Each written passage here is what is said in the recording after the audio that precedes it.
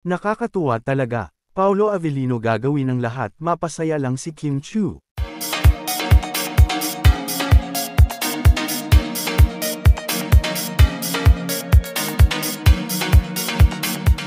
Kasalukuyang nag-e-enjoy pa rin hanggang ngayon ang new kapamilya couple na sina Kim Chiu at Paolo Avellino sa ibang bansa.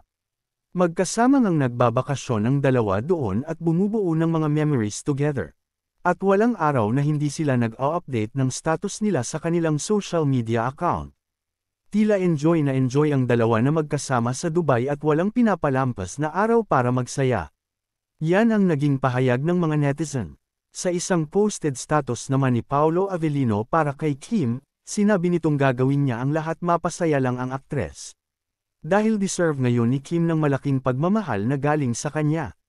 Imbis na ang aktres ang kiligin ay mas nauna pang kiligin dito ang mga netizen. Talagang napakaswerte ni Kim Chiu dahil may dumating na Paolo Avellino sa buhay niya. Patuloy naman na inaabangan ng mga netizen ang mga susunod pang mga update ng dalawa sa Dubai. And this are chika for today mga ka-showbiz, sana nag-enjoy kayo. Don't forget to like, share, subscribe and click the notification bell for more updates.